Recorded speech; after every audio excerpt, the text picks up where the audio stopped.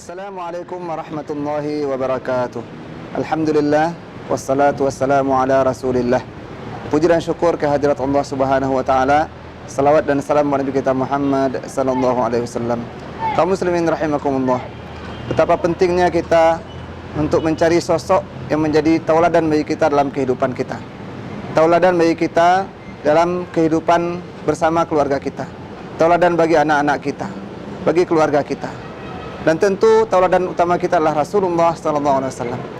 Tapi di sini kita ingin mempelajari, mengkaji sosok seorang sahabat yang menjadi panutan bagi kita, yang termasuk as-sabiqun al-awwalun al-muhajirin wal ansar.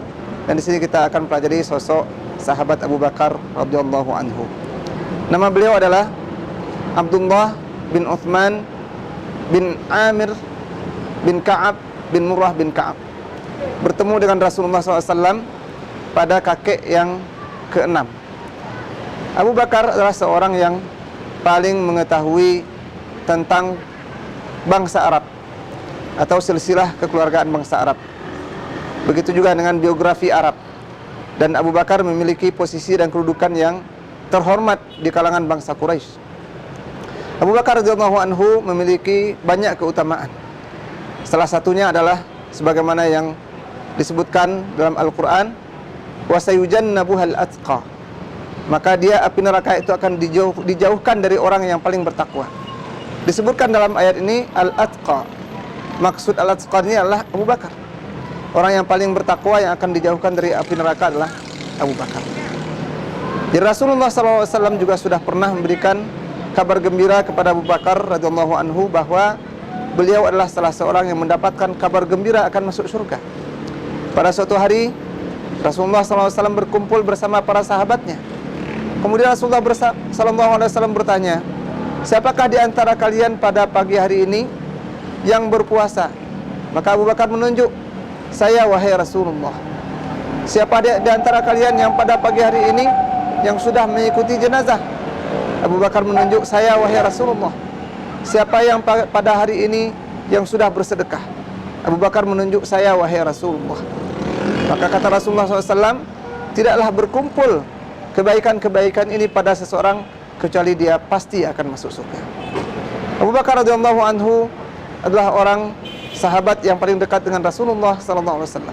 Sahabat kepercayaan Rasulullah SAW. Abu Bakar adalah salah seorang sahabat yang mengikuti atau mendampingi Rasulullah SAW dalam hijrah beliau dari Mekah ke Madinah.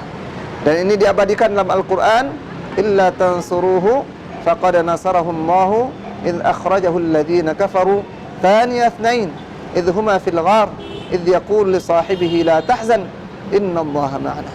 Jika kamu tidak menolongnya, Nabi Muhammad SAW, jika kamu tidak menolongnya, maka sungguh sudah ditolong dia. Illa tasrun faqad nasarahu Allah. Sungguh Allah sudah menolongnya ketika kaum kafir mengusirnya, ketika dia bersama dua orang dan satu di antaranya adalah Abu Bakar. Thaniya itsnain idh huma fil ghar, ketika keduanya berada di dalam gua. Idh huma fil ghar idh yaqul li sahibihi, ketika dia bertanya kepada sahibihi, sahabat dia, yaitu Abu Bakar, disebutkan dalam Al-Qur'an. Abu Bakar radhiyallahu anhu adalah sahabat yang paling berat keimanannya, yang paling kuat keimanannya. Rasulullah SAW pernah menyampaikan dalam sebuah hadisnya, ketika saya menawarkan Islam kepada seseorang, maka saya melihat ada di wajahnya itu tanda bahwa dia berfikir. Namun ini tidak saya lihat pada wajah Abu Bakar. Abu Bakar langsung beriman, langsung meyakini dan menerima apa yang ditawarkan Rasulullah SAW, yaitu berupa keimanan, yaitu berupa Islam. Inilah sahabat Abu Bakar Siddiq radhiyallahu anhu, sehingga beliau digelari dengan As-Siddiq. Demikian juga dengan peristiwa Isra Mi'raj. Ketika orang-orang tidak percaya dengan peristiwa Isra Mi'raj, maka Abu Bakar radhiyallahu anhu lah para sahabat yang pertama sekali mempercayai Rasulullah sallallahu alaihi wasallam.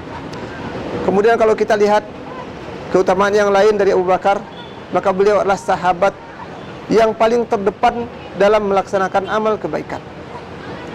Tadi sebagaimana dalam sebuah hadis sudah kita ceritakan, juga terdapat kisah yang lain yang diriwayatkan oleh Umar bin Khattab radhiyallahu anhu ketika terjadi perang Tabuk, Rasulullah SAW meminta kepada kaum muslimin untuk berinfak.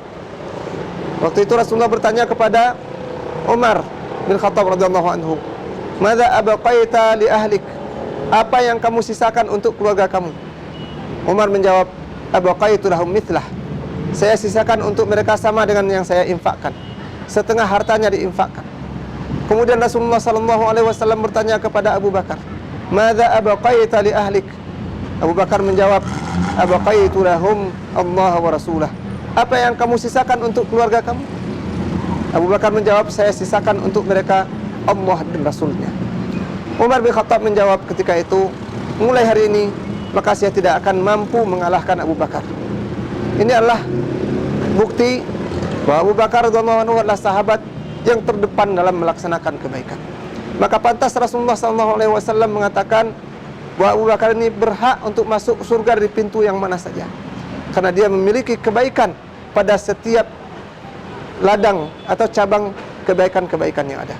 Kaum muslimin rahimakumullah, sahabat Abu Bakar radhiyallahu anhu juga dalam keteguhan hati, dalam keteguhan imannya dapat kita lihat dalam peristiwa wafatnya Rasulullah SAW. Pada saat itu banyak sahabat yang tidak percaya, termasuk Umar radhiyallahu anhu. Sampai dia mengatakan, siapa yang mengatakan Nabi Muhammad meninggal dunia, maka saya akan penggal dia, maka saya akan bunuh dia. Maka pada saat itu tampillah Abu Bakar radhiyallahu anhu. Dia mengatakan, "Man kana ya'budu Muhammadan fa inna Muhammadan qad mata." Siapa yang menyembah Muhammad, maka sungguh Muhammad sudah mati. "Wa man kana ya'budullaha fa innallaha hayyul la yamut." Siapa yang menyembah Allah, maka sungguh Allah Maha hidup dan tidak akan pernah mati. Ini menunjukkan kepada kita keteguhan iman Abu Bakar, bahwa Abu Bakar radhiyallahu anhu pada saat itu tidak mengkultuskan Rasulullah SAW, karena Abu Bakar menyembah Allah Subhanahu wa taala dan meyakini bahwa Nabi Muhammad SAW hanyalah seorang rasul, hanyalah seorang hamba Allah, bukan sebagai seorang Tuhan. Maka pada saat itu Abu Bakar membacakan ayat, "Wa ma Muhammadun illa rasulun qad khalat min qablihi ar-rusul afa in mata aw qutila inqalabtum ala aqabikum wa man yanqalib ala aqibaihi falan yadurrallaha syai'a wa sayajzillahu syakirin." Tidaklah Muhammad melainkan seorang rasul sebagaimana rasul-rasul sebelumnya. Apakah kalau seandainya dia mati atau terbunuh, apakah kemudian kamu akan berpaling? Dan siapa yang berpaling maka tidak akan pernah memberikan mudarat kepada Allah Subhanahu wa taala, dan Allah akan berikan balasan yang baik kepada orang-orang yang bersyukur. Inilah sahabat Abu Bakar, kaum muslimin rahimakumullah, radhiyallahu anhu, seorang sahabat yang patut untuk kita contoh dalam kehidupan kita pada saat sekarang ini. Bagaimana kita lihat Abu Bakar di masa pemerintahannya yang sangat sebentar, 2 tahun lebih 3 bulan atau 2 tahun setengah lebih paling lama, dia mampu menyelesaikan permasalahan-permasalahan yang sangat rumit yang dialami oleh Abu Bakar ketika itu. Di antara permasalahan besar yang sedang menimpa kaum muslimin pada saat itu adalah permasalahan murtad. Banyak orang yang kemudian keluar dari Islam setelah Rasulullah SAW meninggal. Namun Abu Bakar berhasil memerangi orang murtad dan mengembalikan mereka kembali beriman kepada Allah Subhanahu wa taala. Dan di zaman Abu Bakar juga kemudian terjadi mengumpulkan Al-Qur'an sehingga menjadi dalam satu mushaf sebagaimana yang kita rasakan pada hari ini. Inilah sahabat Abu Bakar radhiyallahu anhu, mudah-mudahan kita bisa meniru jejak beliau, semangat beliau, keimanan beliau, dan mudah-mudahan Allah Subhanahu wa taala mengumpulkan kita bersama beliau, bersama Nabi Muhammad SAW di akhirat kelak. Aqulu qauli hadza wa astaghfirullah li wa lakum. Wassalamualaikum warahmatullahi wabarakatuh.